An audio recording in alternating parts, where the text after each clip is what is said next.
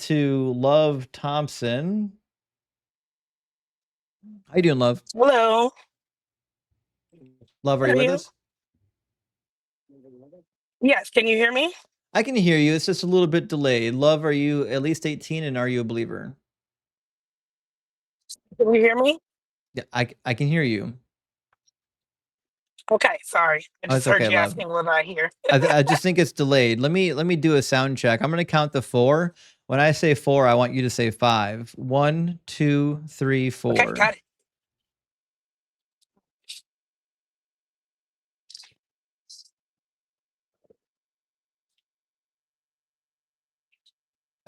I, Love, I don't think your connection's strong enough to do this conversation. I don't think you're hearing everything I'm saying. I can hear you. I said five. I don't think you can hear me. Oh, I'm I not didn't sure hear you at why. all. No, I didn't hear you say five at all. But you can hear me now? I can hear you right now. Yeah. Are you on a cell phone? Okay, cool. I am. Is that okay? It's okay. Just try not to move around too much. We'll see if we can keep the conversation moving. Okay. So, Love, are Okay, got it. you a believer? Yes. Sure. And what God do you believe in? The God of the earth, the universe, everything, the creator God, the Right. God of the Bible, if that's how you would like me to phrase it. Right. Okay. God. And what would be a compelling evidence or argument for this God being real? For me personally, or something that you can identify with? I just want to make sure I understand your question. It would be something that both of us can identify with because I have no access to your personal experience. Okay. Um, I believe that everything that exists has to begin with a cause. You can't get nothing from nothing, and haven't been able to identify outside of my own personal experiences with God personally that you can't identify with any other method of how people try to explain how everything came into existence, as well as, you know, the Bible, which I heard you say you don't believe is true, but everything that the Bible explains about the beginnings of time, I actually believe is true. And Sure. in my opinion, it's So, I first of all, I don't believe that there was a creation or that there ever was nothing. I think that there always was some sort of matter, space, and time. And I don't see any evidence that would point me against that conclusion. Do you have any?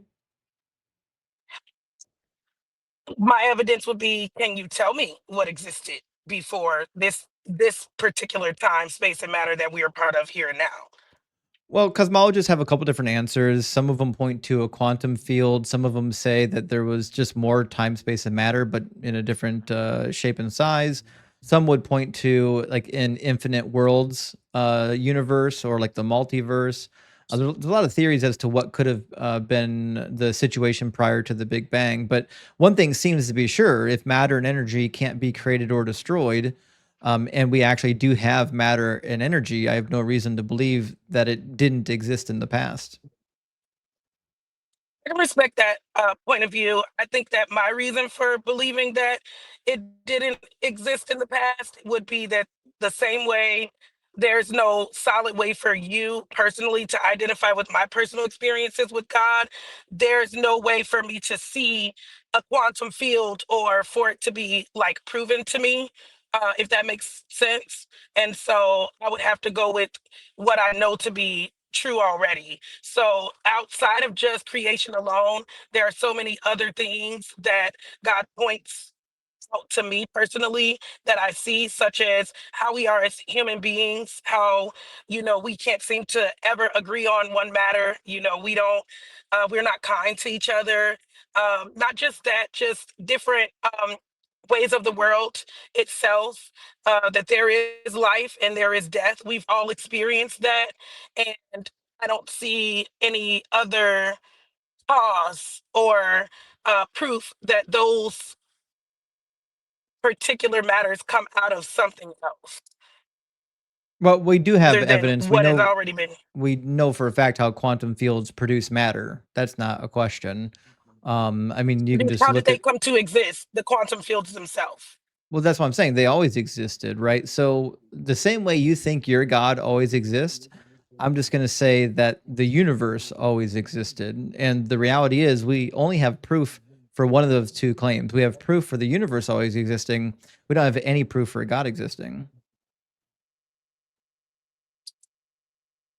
What is your proof for the universe always existing other than what cosmologists say?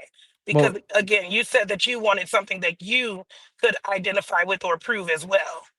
I think the proof is that first that the universe exists. So we can start at a firm conclusion that I think we can all agree on. Conclusion number one is that the universe does in fact exist.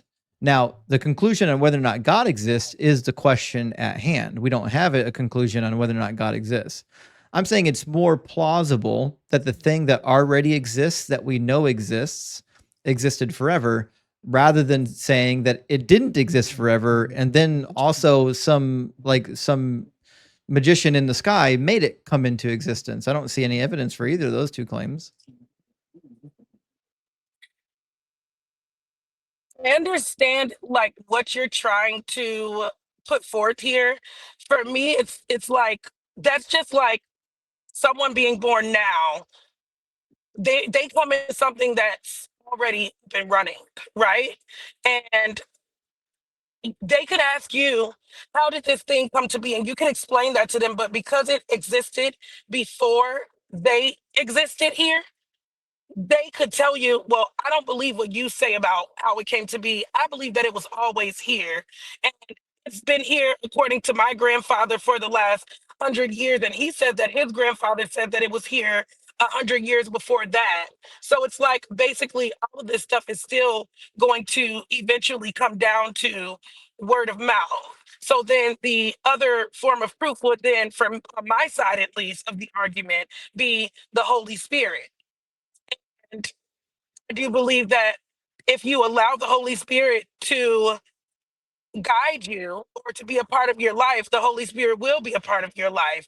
I don't Well, think that, how I can you think prove that that? everyone, I can only prove that pertaining to my personal experience That's and right. the other things that I've seen other people, the other ways of change that I've seen other people experience as well, that Mhm. can add some proof to there being a Holy Spirit. The Do you same think way there we are people can't who see disagree with air. that claim? I know that there are people who disagree with that Okay. claim. There are people who Do disagree with I don't claims. hold on, we're gonna get somewhere, okay? Do you think that there are people who tried the same thing you tried and didn't get the same result? Actually, if I'm being honest, I'm one of the people who tried what I tried at the beginning of my life and didn't get the result that I thought that I should get. And I walked away from God. I'm willing to be honest about my life. And I know from the experiences that I had outside of having a relationship with God, totally had no thought of ever returning to God. I went through times in my life where I didn't believe that God was real and I had 1,000 questions, and ultimately one day God showed up in my life in a way that I can explain to you, but I can't promise you you would believe it. You see what I'm saying? And that's okay with me. You get where I'm coming from? But I know So for a fact within, so love, just hold on a second. I know like you probably have a really compelling personal story and you it was very I powerful don't to need to tell you you. my story. But what I'm saying is that a lot of people tried exactly what you did with different results, which means it's not really What was a their result compelling. exactly that makes it, that makes God not real because they got a specific result? What is that specific result? Well, there are two things. One is that you can ask God slash the Holy Spirit to present themselves to you, and then it just doesn't happen. That's the first problem. Now, the secondary problem is that you're going to come in and say, well, obviously they weren't sincere, or they didn't mean it, or some other nonsense like that. And to you, I would just say, how in the world could you possibly know that? You can't read minds. Well, excuse me, before you speak for me, I am not your typical whatever the world has in their view as a Christian. I don't do that. I don't speak for people. So please don't speak for me. I can't tell you that you were not sincere. I can tell you that it may have happened in a way that you didn't, which is not what you were looking for. I can't tell you you weren't sincere when you invited God into your heart. Okay. That's not my Does place. God know what it would take to convince every person?